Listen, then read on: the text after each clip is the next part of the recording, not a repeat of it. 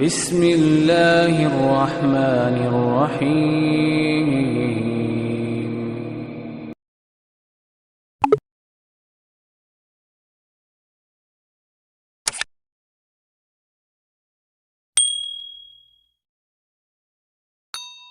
لا يمكن السلام كما كان حقه بعد الهدى والبدو قصہ مختصر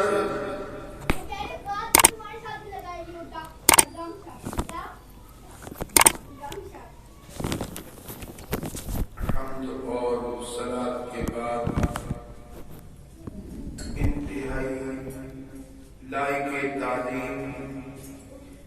لائق تعلیم میرے دوستو، عزیزو، بزرگو،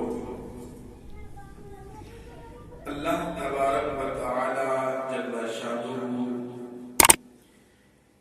عز اسمہ نے کتنی عمدہ صفات، جتنے ہی اخلاق عمدہ، جتنی فضیلتیں ایک انسان میں ممکن تھیں، ان تمام صفات خیر کو، ان تمام صفات کو اللہ تبارک و تعالی جل شانہ نے یکجا فرما دیا اپنے پیارے محبوب علیہ الصلوۃ والتسلیم کی ذات کے اندر۔ اس لیے کہنے والوں نے کہا حسن یوسف دم عیسیٰ، حسن یوسف دم عیسیٰ ید بیدا داری آج خبا ہوا دارن تو تنہا داری۔ تو عزیزان محترم، اللہ تبارک و تعالی جل شانہ جب اپنے بندوں میں سے کسی کو نوازنا چاہتا ہے تو پھر اپنے حبیب کی صفات کو اپنے بندوں میں سے اس بندے کے اندر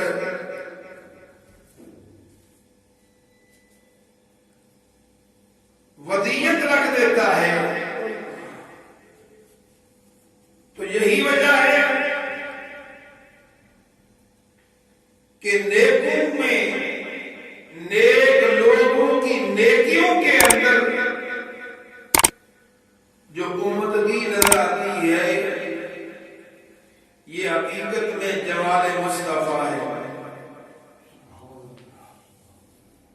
اور سلاطین اسلام میں جو روب اور دبدبا نظر آتا ہے، یہ وہ جلال مصطفیٰ ہے۔ حضرت فاروق اعظم رضی اللہ تعالیٰ عنہ کا دور خلافت ہے، اور اہل روم نے جب دیکھا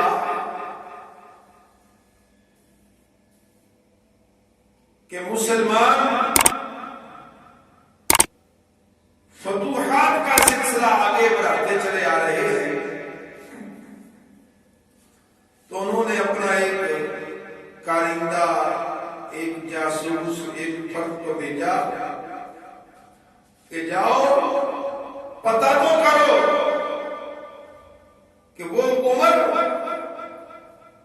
کیسا آدمی ہے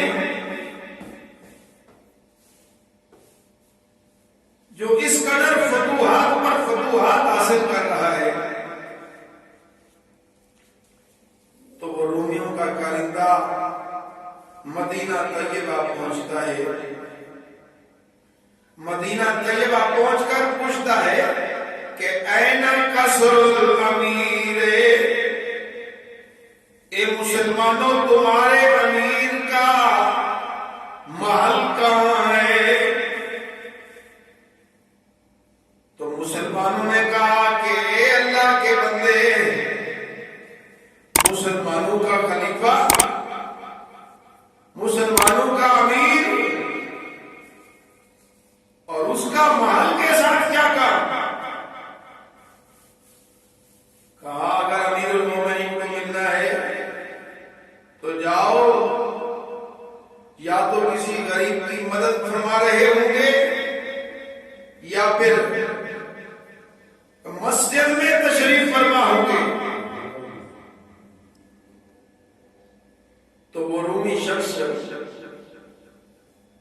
ڈھونڈتے ڈھونڈتے مسجد میں گیا، دیکھا کہ ایک شخص سویا ہوا ہے جس کی تہمت پر بھی پیون لگے ہوئے ہیں۔ تو دیکھ کر حیران رہ گیا کہ یہ ہے خلیفہ مسلمانوں کا، یہ ہے امیر المومنین، جس کے پاس نہ کوئی چوکیدار ہے، نہ کوئی دربار ہے۔ کہنے لگا کہ اتنا روم جو اس ایک بندے سے کام رہا ہے، کیوں نہ میں انہیں ہلاک کر دوں، قتل کر دوں، اور روم اپنے کو اس خوف سے نکالوں۔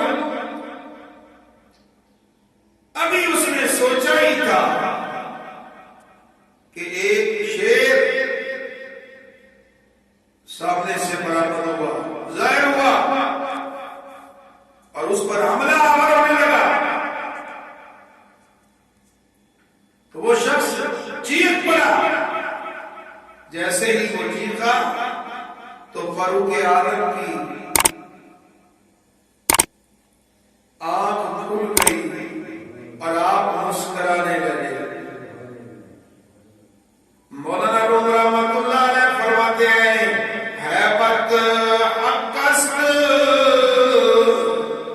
این خلق نیست، این از مرد صاحب دلق نیست۔ آپ فرماتے ہیں یہ جو ہیبت ہے، یہ جو خوف ہے، یہ حق کی طرف سے ہے، یہ مخلوق کا خوف نہیں، یہ اس تہمت والے شخص کا خوف نہیں، بلکہ خوف اس کا ہے جس نے اس کے دل میں جلوہ کیا ہوا۔ تو سلطنت اسلامیہ کے جتنے بادشاہ گزرے، جتنے سلطان، ان میں جو روب ہے، دبدبا ہے، جلال مصطفیٰ کا حصہ ہے۔ اسی طرح عزیزان محترم، صدیق کی صداقت، فاروق کی عدالت، عثمان کی سخاوت، علی حیدر کرار کی شجاعت، سب میں اللہ کے نبی کا فیض ہے۔ اور یہ صفات اللہ نے کسی میں ایک صفت رکھی تو کسی میں دو صفتیں رکھی۔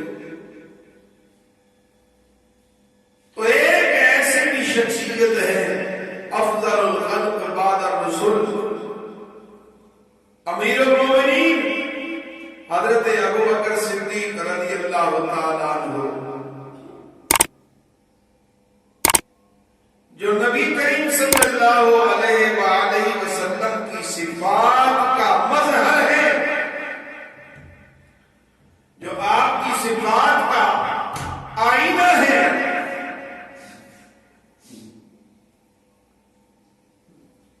تو عزیزان محترم،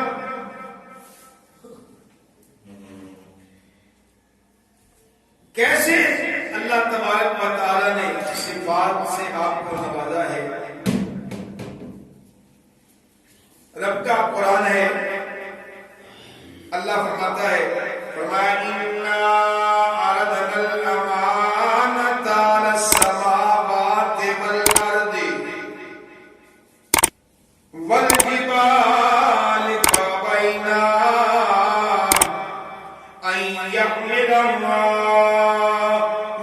وَأَشْفَقْنَا وَحَمَلَهَا الْإِنسَانُ. اللہ فرماتا ہے ہم نے اپنی امانت کو آسمانوں پر پیش کیا، ہم نے اپنی امانت کو زمین پر پیش کیا، ہم نے اپنی امانت کو زمین پر بلند و بالا پہاڑوں پر پیش کیا. فَأَبَيْنَا أَن يَحْمِلْنَهَا، تو انہوں نے اس امانت کا بوجھ اٹھانے سے انکار کر دیا، اپنی عاجزی کا اظہار کر دیا.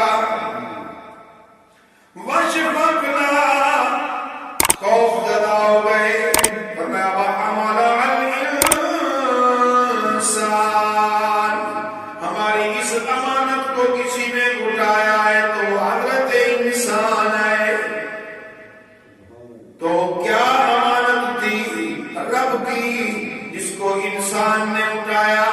دیگر ساری مخلوقات عاجز آ گئی.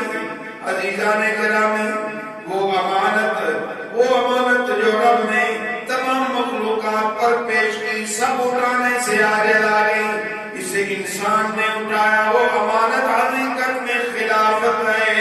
اللہ کے پیارے اور پہلے خلیفہ حضرت آدم علیہ السلام ہے، اور زمین پر نبی کریم صلی اللہ علیہ وسلم خاتم النبیین کی صورت میں رب کے خلیفہ بن کر آئے، اور رسول اللہ صلی اللہ علیہ وسلم کے پہلے خلیفہ حضرت ابو بکر صدیق ہے. اللہ فرماتا ہے، رب العالمین نے ارشاد فرمایا لو انزلنا هذا القرآن على جبل لرأيته خاشعا متصدعا من خشية الله. رب العالمین نے فرمایا کہ اگر ہم اس قرآن مجید فرقان حمید کو پہاڑ پر نازل کرتے تو اللہ کے خوف سے پہاڑ بھی ریزہ ریزہ ہو جاتے، گر پڑتے. مگر وہ قلب مصطفیٰ ہے جس پر اس قرآن کو اتارا گیا. جب پہلی وحی نبی کریم صلی اللہ علیہ وسلم پر نازل ہوتی ہے، پہلی وحی نازل ہوتی ہے حضور سید عالم صلی اللہ علیہ وسلم کی ذات پر، تو فیوض ربانی کے برکات نازل ہوتی ہیں. تو فیض ربانی سے قلب بشری میں کب کبھی تاری ہوتی ہے. امام الانبیاء علیہ الصلوۃ والتسلیم گھر میں تشریف لے جاتے ہیں. فرمایا زملونی زملونی، فرمایا مجھے کمبل اڑا دو. سیدہ حضرت خدیجہ الکبریٰ رضی اللہ تعالی عنہا نے حضور کو کمبل اڑا دیا. آقا علیہ السلام نے وہ کمبل پہنا. کچھ دیر بعد حضور نے سب سے پہلے فرشتے کے نزول کا تذکرہ حضرت سیدہ خدیجہ الکبریٰ سے کیا. کہا کہ غار کے اندر اس طرح فرشتہ نازل ہوا ہے اور اس نے مجھے آ کے اللہ کا پیغام دیا ہے. تو حضرت سیدہ خدیجہ الکبریٰ رضی اللہ تعالی عنہا آپ نے کیا کہا؟ آپ نے کہا ابشر، عرض کی یا رسول اللہ یا حبیب اللہ آپ کو مبارک ہو.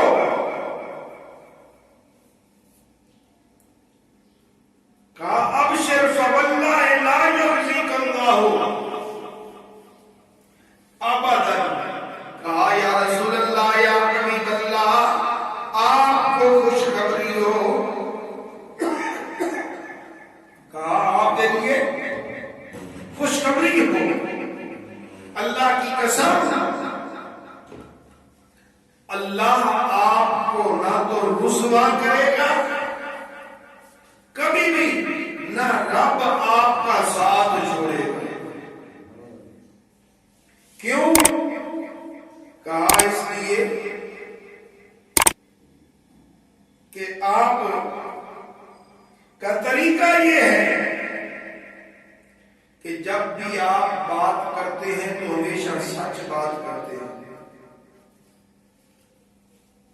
آپ ہمیشہ صلہ رحمی کی بات کرتے ہیں، رشتہ داروں کو جوڑنے کی بات کرتے ہیں، غم زدہ لوگوں کو ان کے غموں کو دور کرنے کی بات کرتے ہیں، آپ ہمیشہ نیکی کرتے ہیں۔ یا رسول اللہ، آپ کا رب آپ کو تنہا نہیں چھوڑے گا۔ ادھر نبوت کا 5واں سال ہے، حضرت سیدنا آپ نے جب کفار کے حالات کو دیکھا کہ کافر تنگ کرتے ہیں مسلمانوں کو، تو آپ نے ارادہ فرمایا کہ مکہ کو چھوڑ کر حبشہ کی طرف ہجرت کر جائے۔ اب ہجرت کرنے کی غرض سے آپ اپنے گھر سے نکل پڑے، راستے میں ایک شخص ملا، ایک قبیلے کا سردار تھا، ابن داغینہ۔ اس نے کہا یا ابا بکر این تریدو، کہا اے ابو بکر آپ کا ارادہ کہاں کا ہے، کہاں جا رہے ہیں؟ تو آپ نے فرمایا کہ میں ہجرت کرنے کا ارادہ کر رہا ہوں کہ میری قوم نے مجھے مجبور کر دیا کہ میں مکہ کو چھوڑ دوں، کہیں اور چلا جاؤں اور کہیں دور جا کر اپنے رب کی عبادت کروں۔ تو اس شخص نے کہا، وہ کہنے لگا کہ اے ابو بکر، آپ جیسا شخص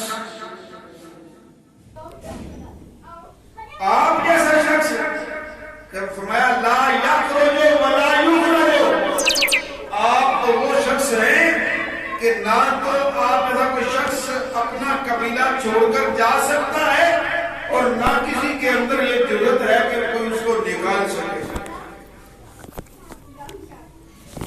پھر اس نے کوئی تعریف کی، وہی الفاظ جو سیدہ خدیجہ الکبریٰ رضی اللہ تعالی عنہا نے حضور کے بارے میں کہے تھے، وہی الفاظ اس کافر سردار نے کہے حضرت ابوبکر صدیق کو، کہا کہ اے ابوبکر آپ تو ہمیشہ صلہ رحمی کرتے ہیں، آپ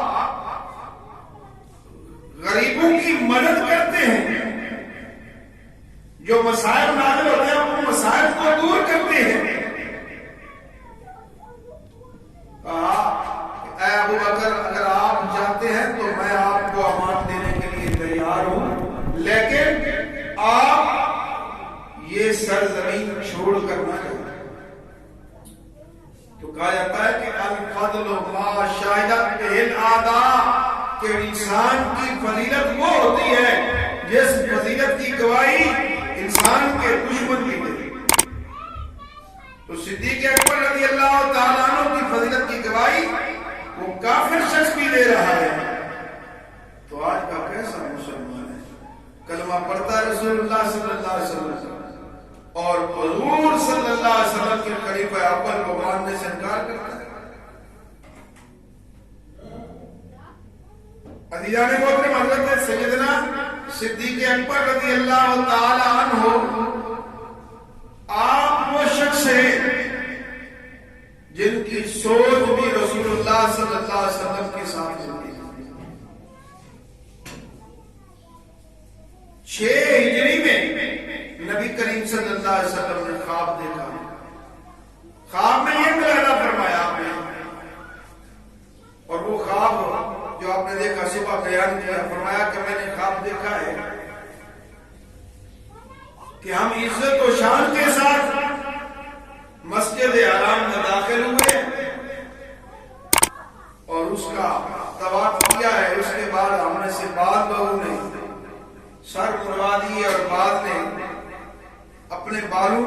کروا دیا. حضور نے جب یہ خواب بیان کیا تو صحابہ کرام رضوان اللہ اجمعین کے دل میں مکہ شہر کی محبت کا شوق انگڑائی لینے لگا. تو 6 ہجری کے اندر آپ صلی اللہ علیہ وسلم اور آپ کے صحابہ کرام عمرہ کرنے کی نیت سے مدینہ طیبہ سے نکلے. ذیقعد کا مہینہ ہے، یکم ذیقعد کو 6 ہجری آپ نکلے. جہاں مقام حدیبیہ ہے، جب وہاں پہنچے تو کفار بھی سامنے رکاوٹ بن کر آ گئے. کافروں نے رکاوٹ قائم کر دی. بالآخر ایک معاہدہ آتا ہے وہ افواہ، اور اس معاہدہ کا جو مرکزی عنوان تھا وہ یہ تھا کہ مسلمان اس مرتبہ اس سال عمرہ کیے بغیر، حج کیے بغیر واپس لوٹ جائیں. کوئی مسلمان نہ عمرہ کرے گا نہ حج کرے گا، یہیں سے واپس چلے جائے اور اگلے سال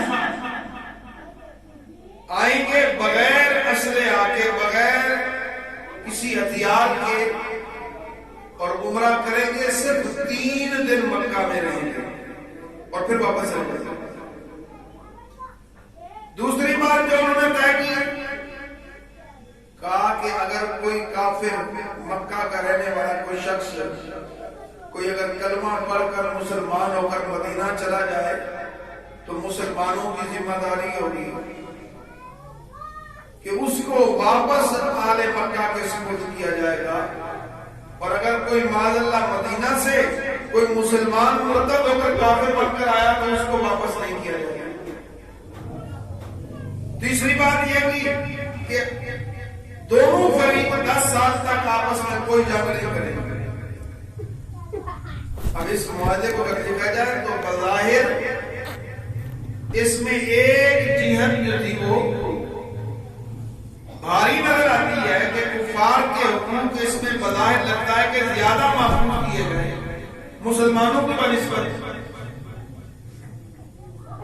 اب یہ معاہدہ طے نہیں ہوا تھا کہ حضرت سیدنا فاروق اعظم رضی اللہ تعالیٰ عنہ جب یہ اس کا عنوان دیکھا سنا تو حضور کی بارگاہ میں جا کر، حضور کی بارگاہ میں جا کر کہتے ہیں کہ آپ خود بیان کرتے ہیں اس روایت کو، اور بخاری و مسلم میں یہ روایت موجود ہے. کہتے ہیں کہ میں نے کہا الستا نبی حقا یا رسول اللہ یا حبیب اللہ، کیا آپ سچے نبی نہیں ہیں؟ حضور نے فرمایا کیوں نہیں، میں سچا نبی ہوں. کہنے لگے کہ یا رسول اللہ یا حبیب اللہ، کیا ہم حق پر نہیں ہیں اور ہمارا دشمن باطل پر نہیں ہے؟ اللہ کے نبی نے فرمایا ہاں ہم حق پر ہیں اور ہمارا دشمن باطل پر ہے. پھر کہنے لگے کہ یا رسول اللہ یا حبیب اللہ، پھر ہم اپنے دین اس طرح کاہلی کا مظاہرہ کیوں کر رہے ہیں؟ حضور نے فرمایا کہ میں اللہ کا رسول ہوں اور میں اللہ کے حکم کی نافرمانی نہیں کر سکتا. پھر آپ عرض کرتے ہیں کہ یا رسول اللہ یا حبیب اللہ، کیا آپ نے فرمایا نہیں تھا کہ ہم حرم میں داخل ہوں گے اور حرم میں داخل ہو کر ہم اطمینان کے ساتھ عمرہ کریں گے؟ حضور نے فرمایا ہاں میں نے فرمایا تھا، لیکن یہ کب کہا تھا کہ اسی سال ہوگا؟ اب یہ باتیں ہوئی. اب کہتے ہیں میں کچھ دیر بعد حضرت صدیق اکبر سے ملا. جب حضور نے یہ جوابات عطا فرمائے تھے حضرت ابوبکر صدیق وہاں نہیں تھے. کہا میں نے حضرت ابوبکر صدیق سے یہی باتیں کی تو بے عین ہی وہی جوابات جو حضور نے دیے تھے وہی جوابات حضرت ابوبکر صدیق رضی اللہ تعالیٰ عنہ. تو حضرت گرامی صدیق صدیق اکبر رضی اللہ تعالی عنہ کو اللہ تبارک و تعالی جل شانہ نے امام الانبیاء علیہ السلام کی صفات کا مظہر بنایا. حضور کی جو صفات ہے اس کا مظہر آپ کو بنایا. اور حضرت معاذ بن جبل رضی اللہ تعالی عنہ ایک روایت نقل کرتے ہیں کہ امام الانبیاء علیہ السلام نے ارشاد فرمایا، حضور نے کل قیامت کا نقشہ بیان کرتے ہوئے فرمایا، اللہ کے نبی نے فرمایا کل قیامت کا دن ہوگا، رب کے عرش کے سامنے ایک ممبر بچھایا جائے گا حضرت ابراہیم خلیل اللہ کے لیے، فرمایا دوسرا ممبر بچھایا جائے گا محمد رسول اللہ کے لیے، فرمایا درمیان میں ایک کرسی رکھی جائے گی وہ صدیق اکبر کے لیے ہوگی. فرمایا فنادا منادن ندا دینے والا ندا دے گا، اے ابو بکر آپ کی خوش بختی پر سلام ہو کہ آپ اللہ کے خلیل اور حبیب کے درمیان حاضر ہیں. تو حضرت سیدنا صدیق اکبر رضی اللہ تعالیٰ عنہ کو کیسی فضیلتیں ہیں. آخری بات بیان کرتا ہوں. امام الانبیاء علیہ السلام نے فرمایا کہ اللہ تبارک و تعالیٰ نے 360 صفات خیر پیدا فرمائی. 360 صفات خیر اچھی صفات پیدا فرمائی ہیں. فرمایا رب تعالیٰ جس بندے پر احسان کرنا چاہتا ہے، اللہ تعالیٰ جس بندے کو نوازنا چاہتا ہے تو ان صفات میں سے ایک صرف اس کو عطا کرتا ہے، تو اس صفت کے ذریعے وہ جنت میں داخل ہو جائے. جب حضور نے یہ فرمایا نا تو صدیق اکبر نے عرض کی یا رسول اللہ یا حبیب اللہ عافیہ، آقا کیا ان میں سے کوئی ایک صفت ایسی بھی ہے جو مجھ میں ہو؟ صدیق علی کرتے ہیں یا رسول اللہ کوئی ایک صفت ایسی بھی ہے ان 300 صفات میں سے 360 میں سے جو مجھ میں پائی جاتی ہو. صدیق اکبر کے اس سوال پر حضور نے فرمایا اے ابو بکر تجھے مبارک ہو، تجھ میں ایک صفت نہیں بلکہ رب نے ساری صفات بنا دی. سبحان اللہ. اللہ تبارک و تعالی جل شانہ ہمیں اپنے محبوب بندوں سے محبت کرنے کی توفیق عطا فرمائے اور آپ صلی اللہ علیہ وسلم کے طریقہ پر چلنے کی توفیق عطا فرمائے. وآخر دعوانا الحمدللہ رب العالمین.